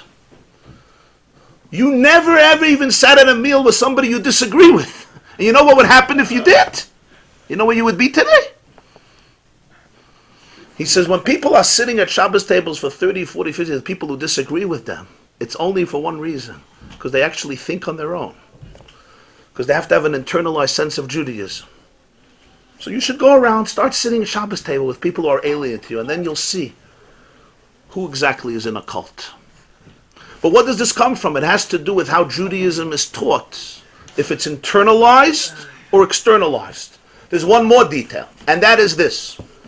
You're sitting at Shalosh Shuddis, and the person saying Torah says, Ayid is heilig. Ayid is the Rebbeinu Shalom Zakin, a Chaylik Elekam Mimal. Motzei Shabbos, you meet a Jew who's secular, or a Jew from your community who's secular. You would think that you just heard by Shalosh Shudas Ayid a Chaylik Elekam Mimal, you would go over and hug him. You tell your friend, Sagoy. Sagoy. What you just heard at Shalosh Shudas, a Torah from the Bzisha, from the Rebbe the Bzisha, or the Rebbe the Meilech, yeah, or the Rebbe the Burachol. What Ayid is? He's the Jew. What happened? The answer is the Avos Yisrael remains at the Tish by Shalosh Shudas. But the real person, I have no way of connecting the two, because I never spoke to my own animal soul. The truth remains in heaven, abstract. You meet somebody who's a little different in the real world, it's completely not there. Why? Because you never spoke to your own animal soul. You don't even relate it to your own life. You relate it to the spiritual, mystical makif of your life. The moment you can internalize it into your own life, into your animal soul, now you could speak to anybody in the world. I once asked a guy, he was in yeshiva, he was like a parush, he was like segregated from the world. I said, how are you so successful? And he was a very successful shliach somewhere. How are you so successful with people? I said, you never... So he tells me, he says, because I always verbringed with my nefesh habahamis, he tells me. Because I always verbringed with my animal soul. In other words, once something is internalized, then you could speak to anybody about it. Because you don't have to close your eyes, pick up your eye and say, Kedisha, Kedisha, Kedisha, Kedisha. This is even in a generation when they closed their eyes, they felt God. And still the Balatanya argued. Still he argued. I don't need you to feel him when you close your eyes. I need you to feel him when you open your eyes. What about in a generation when very few people know even how to close their eyes, and those who are closing their eyes are not feeling anything, besides maybe a few Yechidei Sgula? A generation where you don't have that natural flow.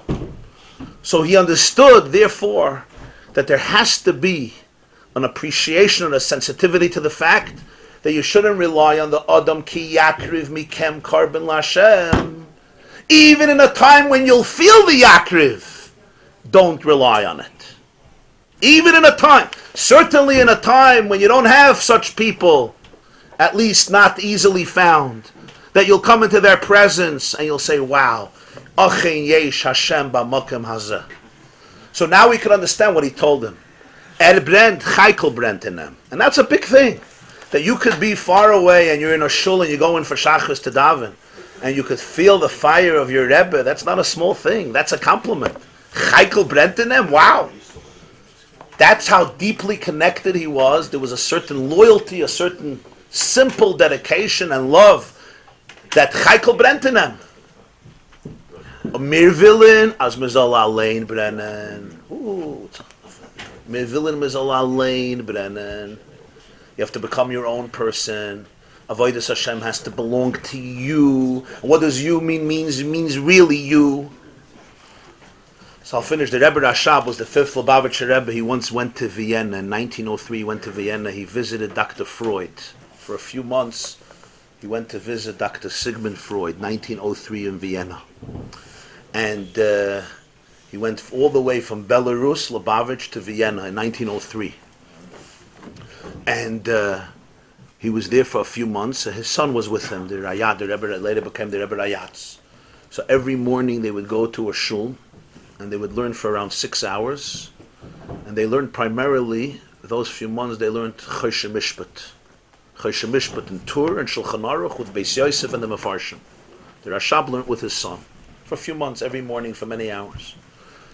This was a shtibel in Vienna. It was called the Primishlaner Shul. It was Chassidim of that back to Rebbe Meir of Primishlan. It's one of the great tzaddikim of his time. And this was like a Chassidim of Primishlan. They had a shtibel, a shul in Vienna. That's where he would learn. They did it. He told his son, "Don't tell anybody who I am." He didn't want they should know that he's the Lubavitcher Rebbe. He wanted the privacy, the confidentiality, and they would sit and learn. Once on El Terich, a Chassid, a Primishlan, a Chassid comes over to the Rashab, and after he finishes learning, and he says, "Younger man, genug shoin mit the cup, medaf a bissel hearts." He says, "Enough with the head." He says, "Choshe Mishpat, Choshe Mishpat, Choshe Mishpat." Ayid needs inspiration. You need a heart. Everything by you is intellectual. He said, I don't know who you are, but the heart, I don't see emotions by you. So the Rebbe Rayatz, his father say he wants to say something. He's like, but his father said, you don't say, so he's quiet. So Rebbe Rashab looks at him and humbly he says, Nu, take. Wie der quickig the hearts. How do I inspire my heart, not only my mind? He says, now you're talking. That's a good question. He says, I'm going to bring you a sefer. You start learning this sefer. You learn this sefer, you'll get inspired. He goes and he brings a Tanya. And he gives the Rebbe Rashab, he gives him a Tanya. He says, this sefer will be more to your hearts. That said, the Rebbe Rashab took the sefer, he looks at it, and he says, a good sefer. A good sefer. It's a good book. Okay. Monday there's no shiur. Okay, so Shabbos, Sunday and Monday there's no shiur. I'm out of town. A good Shabbos, everybody. What happened when he was visiting with Freud? Was that same stuff? Did they say anything about it? From Freud we don't know. His diaries from that year are missing. From the Rashab they know a little bit. He was in Vienna for a few months. He went to the Chaim Sofer's yeshiva. This class is brought to you by theyeshiva.net. Please help us continue the classes. Make even a small contribution at www.theyeshiva.net/donate.